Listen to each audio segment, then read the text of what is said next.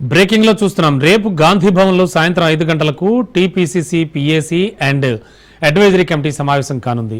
2 కమిటీల ఉమ్మడి సమావేశానికి ఏఐసీసీ ఇన్ఛార్జ్ ప్రధాన కార్యదర్శి మీనాక్షి నటరాజన్ అధ్యక్షత వహిస్తారు. ముఖ్యమంత్రి Revanth Reddy, TPCC chief Mahesh Kumar Goud, deputy CM Bhatti Vikramarka, మంత్రులు, పీఏసీ, అడ్వైజరీ కమిటీల సభ్యులు అంతా పాల్గొననున్న సమావేశంలో కీలక నిర్ణయాలు తీసుకునే అవకాశం ఉంది. బీసీ రిజర్వేషన్లపై ఢిల్లీ వరకు ఫైట్ చేసిన కాంగ్రెస్ పార్టీ స్థానిక ఎన్నికలపై నిర్ణయం తీసుకునే అవకాశం ఉన్నట్లుగా తెలుస్తోంది.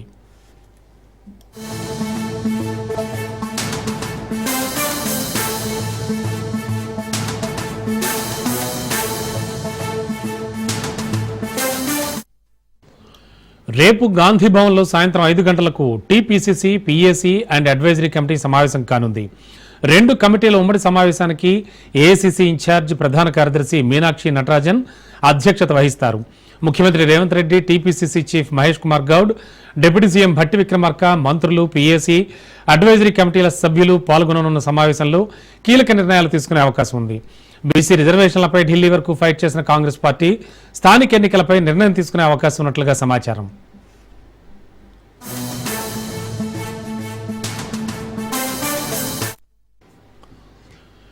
తెలంగాణలో హెలీ టూరిజాన్ని అభివృద్ధి చేయనున్నట్లుగా పర్యాటక శాఖ మంత్రి జూపల్లి కృష్ణారావు తెలిపారు. సోమశిల, శ్రీశైలం మీదుగా హైదరాబాద్కు హెలీ టూరిజం నిర్వహణకు ప్రతిపాదనలు రూపొందిస్తున్నట్లు మంత్రి వెల్లడించారు. గగనతలంలో కొద్దిసేపు విహరింపజేసి పర్యాటకులకు ఆహ్లాదాన్ని, అనుభూతిని కల్పించేందుకు హెలీ టూరిజం నిర్వహించాలని నిర్ణయించినట్లుగా మంత్రి చెప్పారు. స్వదేశీ, విదేశీ పర్యాటకుల సంఖ్యను పెంచడం ద్వారా పర్యాటక రంగంలో ఉద్యోగ కల్పన కోసం కృషి చేస్తున్నట్లు మంత్రి వెల్లడించారు. సోమశిల, సిద్ధేశ్వరం ఐకానిక్ బ్రిడ్జ్ నిర్మాణం పూర్తయితే దూరాభారం తగ్గడంతో పాటు పర్యాటకుల సంఖ్య కూడా పెరుగుతుందని మంత్రి చెప్పారు. అమరగిరిలో రాష్ట్ర టూరిస్టులతో పాటుగా దేశంలో ఉన్న టూరిస్టులతో పాటుగా అంతర్జాతీయ టూరిస్టులను కూడా ఆకర్షించే విధంగా, ఆకట్టుకునే విధంగా ఇక్కడ ఈ యొక్క ఐలాండ్ ద్వీపం అంటే శ్రీశైలం బ్యాక్ వాటర్స్లో ఉన్నటువంటి ఈ అమరగిరి ద్వీపంలో మనం ఏర్పాటు చేసుకుంటాము. ఇందులో ప్రధానంగా booking centre, cafeteria block, spa area, తర్వాత 30 cottages, 26 viewing deck, store room, అట్లాగే landscape, gardening and irrigation with allied facilities, ఇవన్నీ కూడా అవుట్డోర్ యాక్టివిటీస్, ధ్యాన మందిరం, ఇట్లా రకరకాల ఈ యొక్క వసతులతోటి పెద్ద ప్రాజెక్టు టేకప్ చేయడం జరిగింది. సోమశిల హెలిప్యాడ్ చేస్తాం, ఇక్కడ కూడా హెలిప్యాడ్ చేస్తాం. 2 హెలిప్యాడ్ హెలిప్యాడ్ చేస్తాం. తర్వాత ఇంకా వాటర్ స్పోర్ట్స్ కూడా రకరకాల ఉన్నవి, అది కూడా మళ్ళీ ప్రోగ్రాం పెడతాం. బహుశా వచ్చేటువంటి ఒక నెల రోజుల లోపల ఇంకో ప్రోగ్రాం పెట్టేటువంటి ఏర్పాటు చేస్తాం. మేడారం జాతరకు 150 కోట్ల రూపాయల నిధులు మంజూరు చేసినందుకు సీఎం రేవంత్ రెడ్డి, మంత్రులు సీతక్క, కొండా సురేఖ చిత్రపటాలకు ములుగులో కాంగ్రెస్ నేతలు పాలాభిషేకం చేశారు. 2 కోట్లకు పైగా హాజరయ్యేటువంటి భక్తులతో కళకళలాడనున్నటువంటి మేడారం జాతరకి సంబంధించి ప్రస్తుతానికి వారంతా కూడా శుభాభినందనలు తెలియజేశారు. ఇక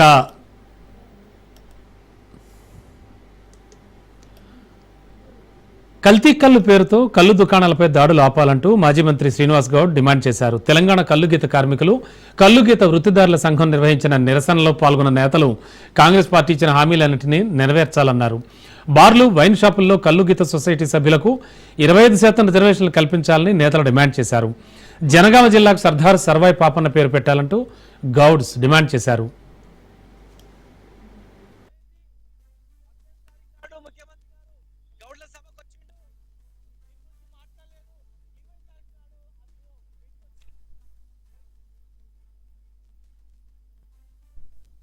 మేము 15% రిజర్వేషన్ ఇచ్చినాం వైన్ షాప్లలో, వచ్చే సంవత్సరం 30% సొసైటీలకు ఇస్తాం, బార్లు కూడా సొసైటీ 30%. కానీ మీరు ఇస్తున్న 20% నమ్మి ఓట్లేస్తే ఇవాళ 15%కే నోటీసులు ఇచ్చిండ్రు, టెండర్ నోటీస్. 14 తారీఖు నాడు జీవో ఇష్యూ అయింది. 18 తారీఖు నాడు ముఖ్యమంత్రి గారు గౌడ్ల సభకు వచ్చిండు, దీని గురించి మాట్లాడలేదు. 20 తారీఖు నాడు ఆ జీవో బయటకు వచ్చింది. మరి 4-5 రోజులు ఎక్కడ దక్కున్నది ఈ జీవో? కావాలని కలిపి కుట్ర చేసి ఇలా కల్తీ పేరు మీద విష ప్రచారం చేసిండ్రు. మరి సొసైటీకి 5 ఎకరాలు ఇస్తామన్నారు, డ్రిప్ ఇరిగేషన్ వేస్తామన్నారు, మరి అది ఎందుకు వేయలేదు? చెట్లు హైదరాబాద్ లేవని విష ప్రచారం చేస్తున్నారు. ఇలా బర్రెలు ఉన్నాయా? రోజుకు 55 లక్షల లీటర్ల పాలు తాగుతున్నారు. మరి బర్రెలు ఉండేవి ఓన్లీ 9,50,000 ఇచ్చే బర్రెలే ఉన్నాయి, మిగతా అన్ని ఎక్కడి నుంచి వస్తున్నాయి? యూరియా కొరత ఉంది, ఆ యూరియాతోనే పాలు తయారు చేస్తున్నారు. ఆ పాలతోనే ఇలా విష ప్రజలలో నిండుతా ఉంది. దాని మీద దృష్టి పెట్టట్లేదు. కేవలం వీళ్ళు పిల్లబట్టలు వేసుకొని మంచి మంచి బండ్ల మీద తిరుగుతున్నారా? వీళ్ళని ఖతం చేయాలి, వీళ్ళ వృత్తిని ఖతం చేయాలి, ఆర్థిక మూలాలు దెబ్బతీయాలని విషం పేరుతో కళ్ళుని నిషేధించాలని ప్రయత్నం చేసిండ్రు. 20% పెంచుతామన్నటువంటి వైన్ షాపులకు కూడా ఇలా గుండు సున్న చూపిండ్రు. బార్ షాపులు ఇస్తామన్నారు, బార్ షాపులు లేవు, ఉన్న దుకాణాలు బంద్ చేసిండ్రు. గతంలో కూడా ఇదే విధంగా ఈ ప్రభుత్వం, కాంగ్రెస్ ప్రభుత్వంలో హైదరాబాద్ లో దుకాణాలు బంద్ ఉన్నాయి. కేసీఆర్ గారి ఆధ్వర్యంలో అందరు గౌడ్లు అడిగితే వెంటనే తెరిపించడం జరిగింది.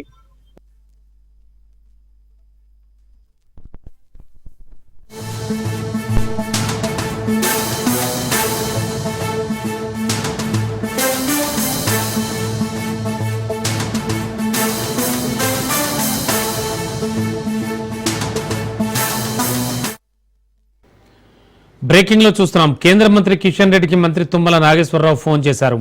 కేంద్రం నుంచి రావాల్సిన యూరియా సరఫరాపై కిషన్ రెడ్డితో మాట్లాడారు మంత్రి తుమ్మల. వీలైనంత త్వరగా యూరియాను సరఫరా చేసేలా చొరవ తీసుకోవాలని కోరారు. కేంద్ర మంత్రి కిషన్ రెడ్డి తుమ్మల ఫోన్పై సానుకూలంగా స్పందించారు.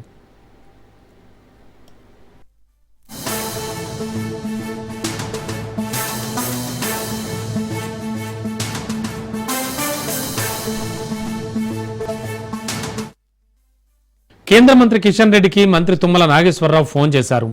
కేంద్రం నుండి రావాల్సిన యూరియా సరఫరాపై కిషన్ రెడ్డితో మాట్లాడారు మంత్రి తుమ్మల. వీలైనంత త్వరగా యూరియాను సరఫరా చేసేలా చొరవ తీసుకోవాలని కోరారు. కేంద్ర మంత్రి కిషన్ రెడ్డి తుమ్మల ఫోన్పై సానుకూలంగా స్పందించారు.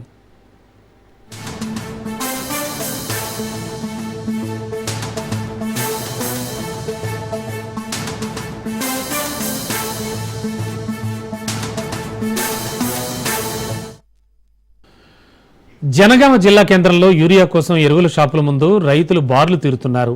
సేద్యానికి సరిపడా యూరియా ఇవ్వకుండా కోటా లెక్కనివ్వడం ఏమిటంటూ రైతులు ఆవేదన వ్యక్తం చేస్తున్నారు.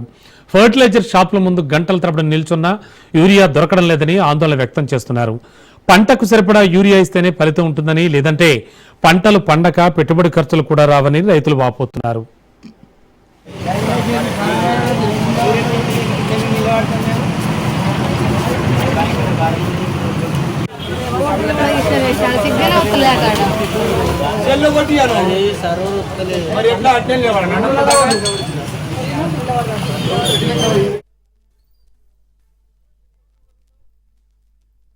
మేము గత నెల నుంచి మేము యూరియా కోసం తిరుగుతూ ఉన్నాము జనగామ మండలంలో. ఇలా జనగామలో యూరియా కొరత ఉంది, మాకు యూరియా లేదనమాట.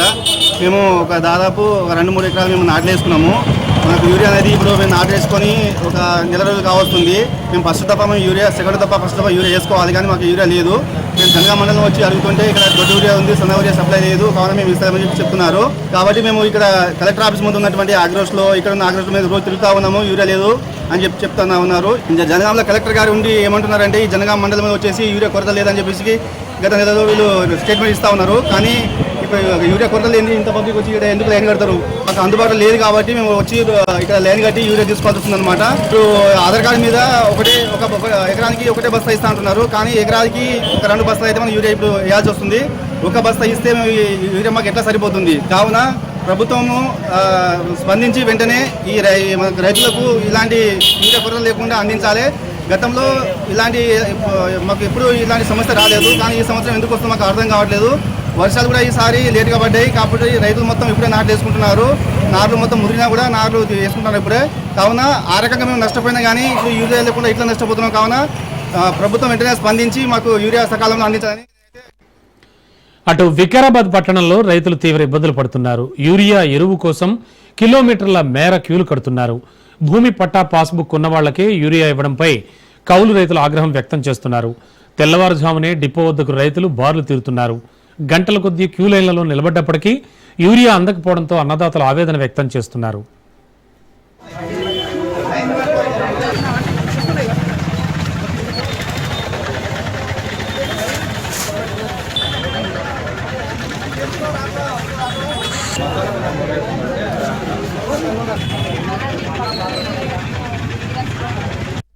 పొద్దున లైన్లో ఉండడం నాలుగే బ్యాగులు అంటారు. పాస్బుక్ జిరాక్స్ అంటారు, ఆధార్ కార్డ్ జిరాక్స్ అంటారు. ఇంతకుముందు ఆధార్ కార్డ్ జిరాక్స్ మీద ఇస్తుండే, ఇప్పుడు పాస్బుక్ జిరాక్స్ కావాలంట, ఆధార్ కార్డ్ జిరాక్స్ కావాలంట. లైన్ అది దొరుకుతుందో తెలుసులేదు.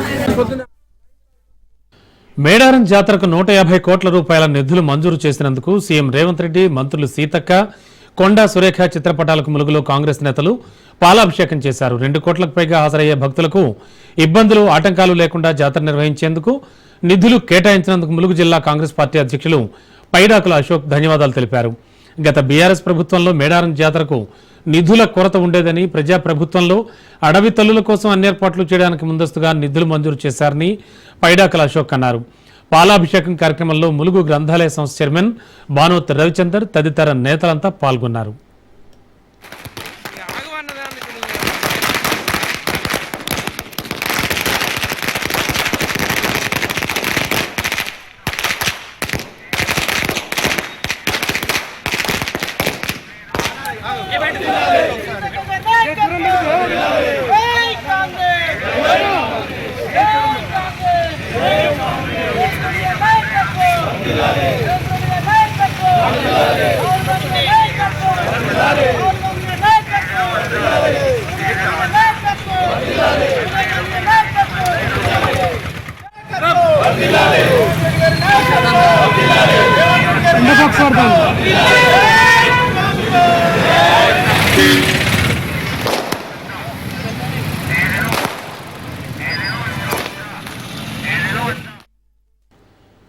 వనస్థలిపురం సబ్ రిజిస్టర్ కార్యాలయంపై ఏసీబీ దాడులు నిర్వహించింది. ఏసీబీ దాడులు ప్రారంభం కావడంతో డాక్యుమెంట్ రైటర్స్ షాపులు క్లోజ్ చేసి వెళ్లిపోయారు.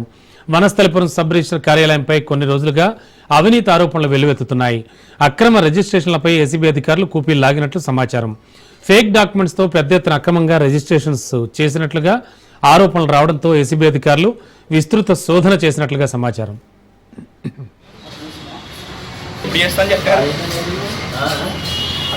మీకు ఎప్పుడు చేస్తా అని చెప్పారు.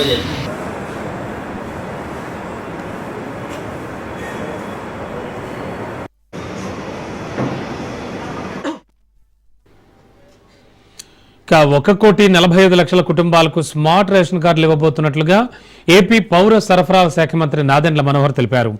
ఈ నెల 25న 9 జిల్లాల్లో స్మార్ట్ రేషన్ కార్డులు పంపిణీ చేయబోతున్నట్లు మంత్రి నాదెండ్ల వెల్లడించారు. ఇందులో కొత్తగా 6,70,000 కొత్త రేషన్ కార్డులు ఇవ్వబోతున్నట్లు ఆయన వెల్లడించారు.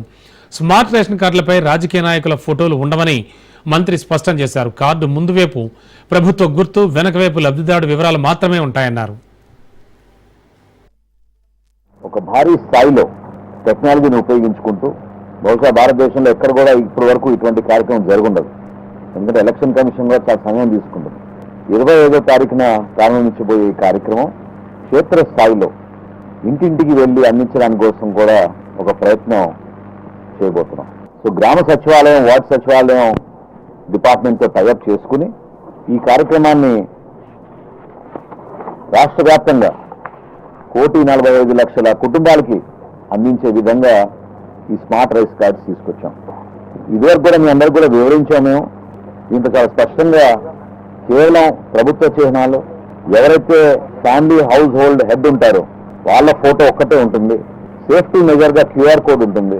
వెనక వైపు కుటుంబ సభ్యుల వివరాలు, అదేవిధంగా ఒక కస్టమర్ టోల్ ఫ్రీ నంబర్ లాగా ఒక హాట్ లైన్ ఒకటి ఏర్పాటు చేసి 1967 అనేది ఎవరైనా ఎప్పుడైనా ఫోన్ చేసుకోవచ్చు. సిట్ విచారణపై మాజీ మంత్రి నారాయణస్వామి స్పందించారు. తనపై కావాలనే దుష్ప్రచారం చేస్తున్నారన్నారు. సిట్ విచారణకు పూర్తిగా సహకారం అందించారన్నారు నారాయణస్వామి. సిట్ అడిగిన ప్రశ్నలన్నింటికీ సమాధానం చెప్పారన్నారు. నా హృదయపూర్వకంగా మీకు కృతజ్ఞతలు చెప్తున్నాము. మీ బాధ ఏంటో నాకు అర్థం కాల. సిట్ వాళ్ళు రావడం జరిగింది, వాళ్ళు నాకు సహకరించారు. నేను వాళ్ళు అడిగిన ప్రశ్నకి కూలుగా వాళ్ళు ఏమేమి అడిగినారో దానికి సమాధానం చెప్పినా, భవిష్యత్తులో కూడా వాళ్ళు మళ్ళీ వచ్చి అడిగితే నేను సమాధానం చెప్తాను. ఈ వదంతులు అన్యాయంగా టీవీల్లో అసత్యాలు వదంతులు పలుకుతూ ఉన్నారు. ఈ అసత్యాలని ప్రజలు నమ్మొద్దండి అని ప్రజలకి నేను విజ్ఞప్తి చేస్తున్నాను. నేను చిన్నప్పటి నుంచి నా క్యారెక్టర్ ఏమో అందరికీ ప్రజలకు కూడా తెలుసు. దయచేసి ఈ వదంతుల్ని నమ్మొద్దండి. అదే పనిగా కొన్ని టీవీల్లో నేను సమాధానం ఇచ్చినాను, వాళ్ళు కూడా నాతో సహకరించారు. ఇక్కడ ఏదో బ్రహ్మాండంగా మా ప్రజలంతా రెచ్చగొట్టి తప్పుదోవ పట్టే కార్యక్రమాలు వదంతులు చేసినారు. దాన్ని ఎవరు నమ్మొద్దండి. వైసీపీ పబ్లిసిటీ వింగ్ ఆకాశమే హద్దుగా పనిచేసి చంద్రబాబు నాయుడు అబద్దాలను జనాలకు అర్థమయ్యేలా వివరించాలని సజ్జల రామకృష్ణారెడ్డి సూచించారు. పార్టీ లైన్కి తగ్గట్టుగా ముందుకెళ్తూ కూటమి ప్రభుత్వ వైఫల్యాలను ఎండగట్టాలని కేడర్కు సజ్జల పిలుపునిచ్చారు. వైఎస్ఆర్సీపీ కేంద్ర కార్యాలయంలో పార్టీ ప్రచార విభాగం అధ్యక్షుడు కాకుమాను రాజశేఖర్ ఆధ్వర్యంలో జిల్లా అధ్యక్షులతో సమావేశం నిర్వహించగా సజ్జల ముఖ్య అతిథిగా హాజరయ్యారు. వైఎస్ఆర్సీపీది ఎప్పటికీ ప్రజల పక్షమేని, చంద్రబాబు సర్కార్ ప్రజా వ్యతిరేక విధానాలను నిరంతరం ఎండగట్టాలని కేడర్కు సజ్జల సూచించారు.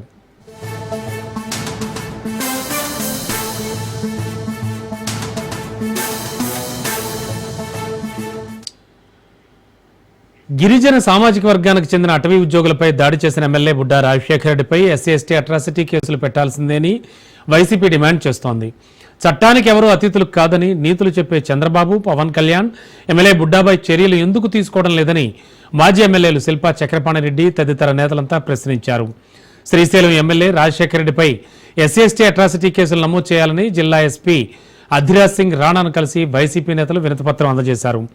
కూటమి సర్కార్ ఎరువుల కృత్రిమ కొరత సృష్టిస్తోందని వైసీపీ నేతలు విమర్శించారు.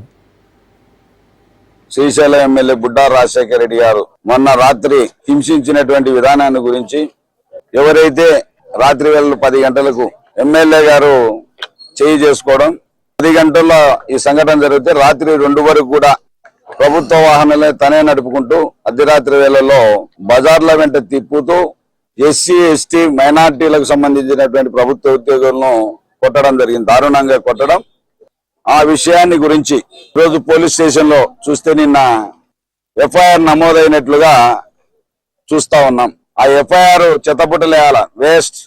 చంద్రబాబు నాయుడు గారేమో మళ్ళీ ఏమన్నా నిద్ర లేచాడమో, ఖచ్చితంగా వారిపైన చర్యలు తీసుకుంటాడమో, పవన్ కళ్యాణ్ గారు డిప్యూటీ సీఎం గా నేను ప్రశ్నిస్తా అని ఏ విధంగా ప్రజలకు చెప్తా ఉంటాడో, ప్రభుత్వంలోనే ప్రశ్నిస్తానని పెద్ద మనిషి తన డిపార్ట్మెంట్ కు సంబంధించిన అటవీ శాఖ అధికారులను ఈరోజు హింసించడం, వాళ్ళపైన ఎన్నో రకాలుగా వేధించడం జరిగింది.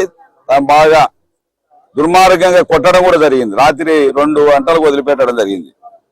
ఆయన తన డిపార్ట్మెంట్ కు సంబంధించినటువంటి సమస్య కాబట్టి మేము కూడా 2 రోజులు వెయిట్ చేశాం. పవన్ కళ్యాణ్ గారు ఏమైనా స్పందిస్తాడమో, తప్పకుండా తమ శాఖకు సంబంధించిన అధికారులకు న్యాయం చేస్తాడమో, ఎస్సీ/ఎస్టీ అట్రాసిటీ కేసు ఏమైనా పెట్టిస్తాడమో అని మేము 2 రోజులుగా ఎదురు చూశాం. 25 రూపాయలకే రష్యా నుంచి క్రూడ్ వస్తుంటే మార్కెట్లో 100 రూపాయలకు పెట్రోల్ ఎందుకు అమ్మాల్సి వస్తోందో చెప్పాలని మాజీ ఎంపీ చింతామోహన్ డిమాండ్ చేశారు. రష్యా క్రూడ్ ప్రయోజనాలు కొందరికే చేరుతున్నట్లుగా చింత ఆరోపించారు. రుణమాఫీలు, ఎన్పీఏలో గుజరాతీలకే ఎక్కువ లబ్ధి చేకూరినట్లుగా చింత విమర్శించారు. తిరుమలను కూటమి ప్రభుత్వం రాజకీయ ప్రయోజనాలకు వాడుకుంటోందని మాజీ ఎంపీ ఆరోపించారు.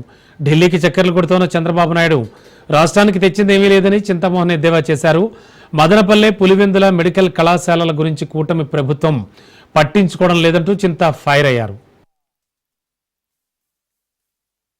రష్యా నుంచి చమురు దిగుమతి చేసుకుంటున్నారు చౌకగా. ఇరాన్ నుంచి వచ్చేటువంటి చమురు, రష్యా నుంచి వచ్చే చమురులో తేడాలు ఉన్నాయి. రష్యా వాళ్ళు సలీస్గా ఇస్తున్నారు మనకు మిలియన్ల లీటర్లు, మరి వాళ్ళు ఇచ్చేది 25 రూపాయలకు లీటర్ ఇస్తున్నారు డీజిల్. మనం ఇక్కడ తెచ్చుకుంటున్నాం క్రూడ్ ఆయిల్ని, వాళ్ళు రష్యా వాళ్ళు చౌకగా ఇచ్చేటువంటి 25 రూపాయలు లీటర్కి ఇచ్చేటువంటి ఆ చమురుని మీరు ఎంతమంది కస్టమర్లకి ఇక్కడ ఇస్తున్నారు? పెట్రోల్ బంకుల్లో వాడు చౌకగా ఇస్తున్నాడు. మరి ఇరాన్ నుంచి వచ్చిన దానికి 100 రూపాయలు పెట్టుకుంటున్నావు, రష్యా నుంచి వచ్చిన దానికి 100 రూపాయలు పెడుతున్నావు. మరి ఎందుకు ఇక్కడ ఇవ్వలేదు? ఎవరెవరికి రష్యా నుంచి వచ్చినటువంటి చమురు మీరు ఇస్తున్నారు? రష్యా నుంచి వచ్చినటువంటి చమురు ఎవరికి ఇస్తున్నారు? ఆ ప్రయోజనాన్ని ఎన్ని ప్రైవేట్ కంపెనీలకు ఇస్తున్నారు? ఎందుకు ఇస్తున్నారు? ఏ పద్ధతిలో ఇస్తున్నారు?